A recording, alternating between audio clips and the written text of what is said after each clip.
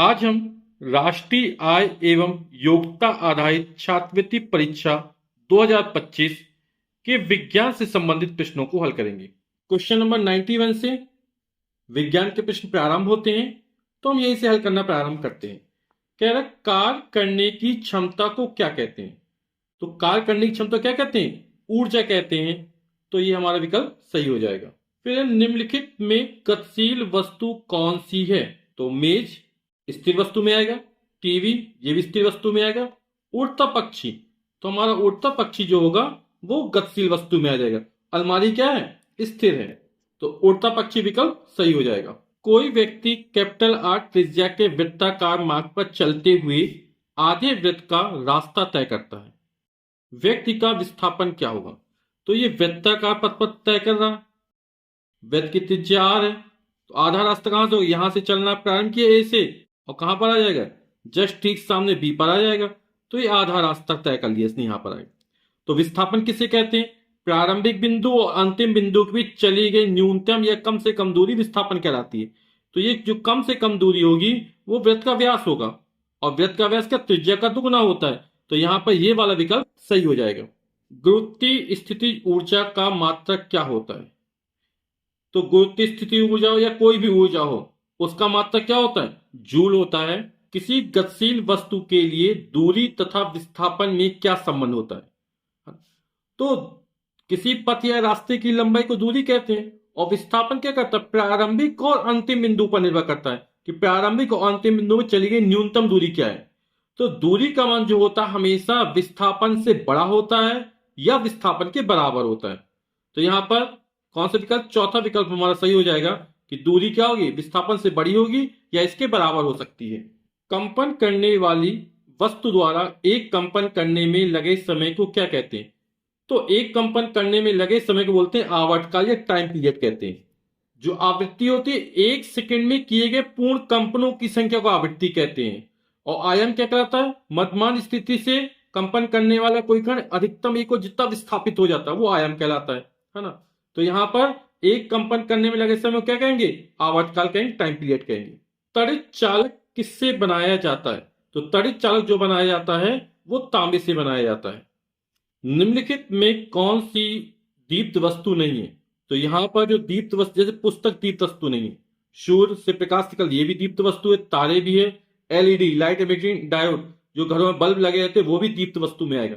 तो दीप्त वस्तु नहीं है तो पुस्तक हो जाएगा। समतल दर्पण पर अभिलंबवत प्रकाश किरण के लिए आपतन कोण तथा परावर्तन कोण में संबंध क्या होगा? तो आपतन कोण का मान हमेशा परावर्तन कोण के बराबर होता है। तो इन दोनों से एक विकल्प सही हो सकता है। अब जैसे मान लो ये आपतित किरण है और ये परावर्तित किरण है, तो आपतित किरण और अभिलंब के बीच बनने वाले कोण को आपतन कोण कहते हैं। अब जब अभिलंबवत आपतन होगा यानी ये वाली किरण यहां पर आ जाएगी, तो बनने वाला कोण कितना होगा? 0 अंश का होगा। तो आपतन कोण 0 अंश का होगा तो परावर्तन कोण भी 0 अंश का होगा।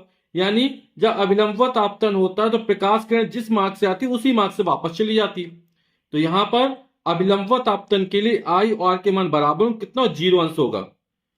परावर्तन के नियम के अनुसार आपतन कोण का मान परावर्तन कोण के बराबर होता है, और अभिलंबवत आपतन में बनने वाला कोण कितना होगा? 0 अंश होगा।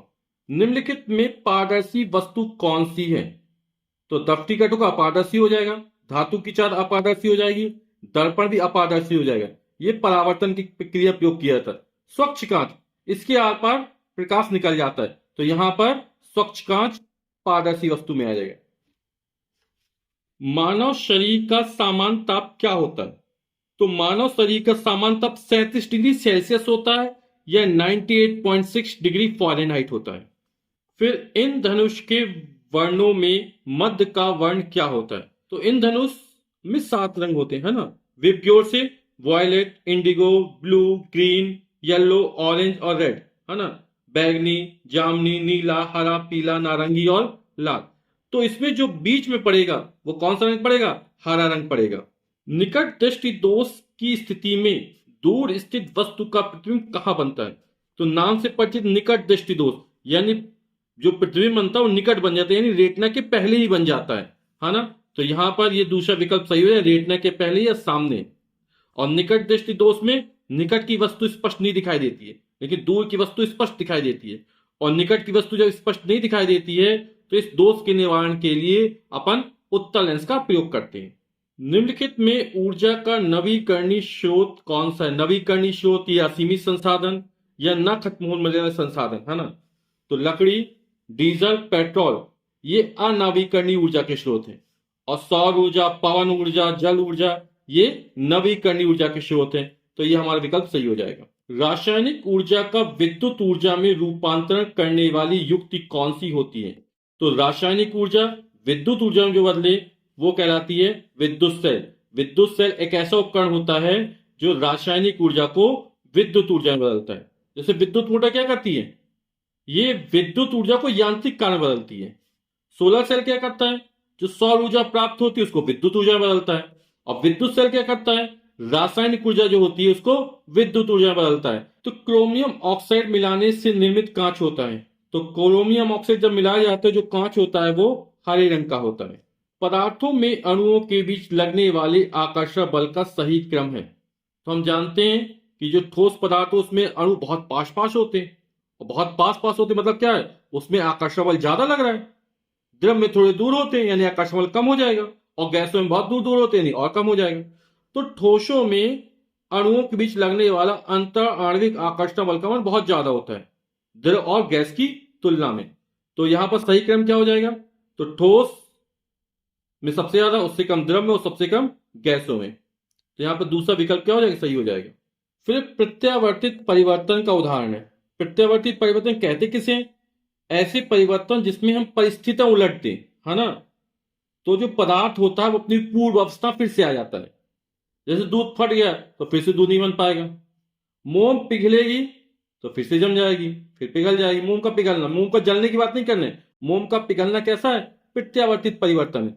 जैसे धूप बत्ती जल गई तो राख बन जाएगी, फिर से धूप बत्ती नहीं बन सकती है। सब्जी पक गई, आलू पक गए तो फिर से कच्चे नहीं हो सकते। तो मोम का पिघलना और मोम का जमना, है ना, ये कैसा प्रत्यावर्तित परिवर्तन का उदाहरण हो जाएगा। फिर गैलेना किसका अयस्क है? तो गैलेना किसका अयस्क है? लेड का अयस्क है।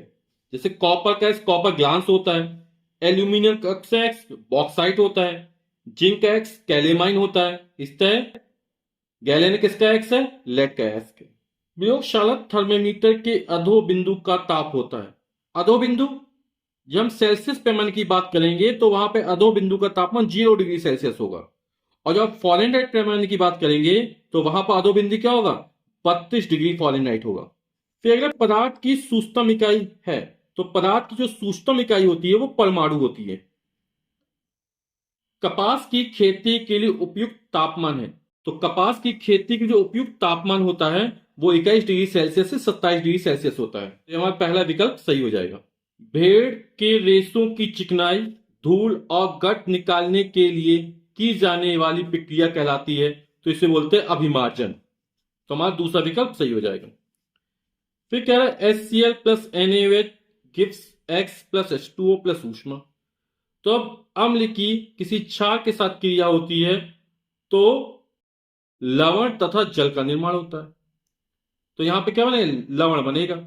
तो HCl क्रिया लिख देते, HCl प्लस NaOH गिव्स बनता है NaCl बनता है प्लस H2O और प्लस ऊष्मा रिलीज होती है। तो यहां क्या बन जाएगा? NaCl सोडियम क्लोराइड बनेगा, जिसे अपन नमक भी कहते हैं। पोटेशियम कार्बोनेट चूना पत्थर और रेत के मिश्रण से बनता है। तो मृदु कांच तो नहीं बनता है, क्योंकि मृदु कांच जो बनता है वो सोडियम कार्बोनेट, चूना पत्थर और सिलिका से मिलकर बनाया जाता है। तो इसका जो विकल्प होगा वो ये सही, दूसरा सही हो जाएगा, कठोर कांच। जो कठोर कांच होता है वो पोटेशियम कार्बोनेट, चूना पत्थर और रेत के मिश्रण से बनता है। फिर अगला, जल में घुलनशील विटामिन है। तो विटामिन बी और सी जल में घुलनशील होते हैं। ए डी के जो वसा में घुलनशील विटामिन होते हैं। तो ये दूसरा विकल्प सही हो जाएगा। विटामिन बी जल में घुलनशील विटामिन है। हरे पौधों द्वारा भोजन बनाने की प्रक्रिया कहलाती है। तो आप लोग समझ गए कि हरे पौधों द्वारा भोजन बनाने की प्रक्रिया क्या कहलाएगी? बिल्कुल सही समझा, प्रकाश संश्लेषण कहलाएगी। लाल में पाया जाने वाला एंजाइम है। तो लाल में जो पाया जाने वाला एंजाइम है वो कौन सा है? टाइलिन है। पक्षियों में उत्सर्जी पदार्थ होता है। तो पक्षियों में जो उत्सर्जित पदार्थ होता है वो यूरिक अम्ल होता है, और यही सरीसृपों में भी होता है। तो पक्षियों और सरीसृपों का जो उत्सर्जित पदार्थ है वो यूरिक अम्ल है। अपुष्पी पौधा है, तो अपुष्पी पौधा मतलब जिससे पुष्प नहीं खिलते, है ना, यानी इन पौधों में पुष्पों का क्या होता है, अभाव होता है ना।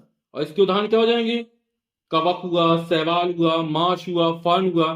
तो यहाँ पर फर्न दिया गया है, तो फर्न अपुष्पी पौधे में आ जाएगा। तो मानव जो कुल हड्डियां पाई जाती है इनकी संख्या 206 है। एक लिंगी पुष्प पाया जाता है, तो एक लिंगी पुष्प मतलब कहते किसे हैं, जिसमें पुंकेसर और स्त्रीकेसर जो होते हैं वो अलग अलग पुष्पों में पाए जाते हैं। जैसे पपीता हो गया, मक्का हो गया, है ना। तो ये हमारे क्या होते हैं, एक लिंगी पुष्प कहलाते हैं। बहुकोशिकीय जंतु का उदाहरण है, तो पैरामीशियम यूग्लिना अमीबा। इन्हें अपनी सामान्य आंखों से नहीं देख सकते, इन्हें देखने के लिए सूक्ष्मदर्शी यंत्र की आवश्यकता पड़ती है। ऐसे जंतुओं को एक कोश की जंतु कहते हैं। तो पैरामीशियम यूग्लिना अमीबा क्लोमाइडोमोनास जीवाणु विषाणु ये एक कोश की जीव होते हैं। तो मछली क्या होता है, बहुत सारी कोशिकाओं से मिलकर बना होता है, इसलिए बहुकोश की हो जाएगी। पौधों में निषेचन के पश्चात अंडाशय विकसित होकर बनता है। तो जो निषेचन के पश्चात अंडाशय जो विकसित हो बनता है वो फल बनता है। एक कोष की जीव का उदाहरण नहीं है, तो एक कोष की जीव अभी हमने चर्चा की थी, उदाहरण नहीं है।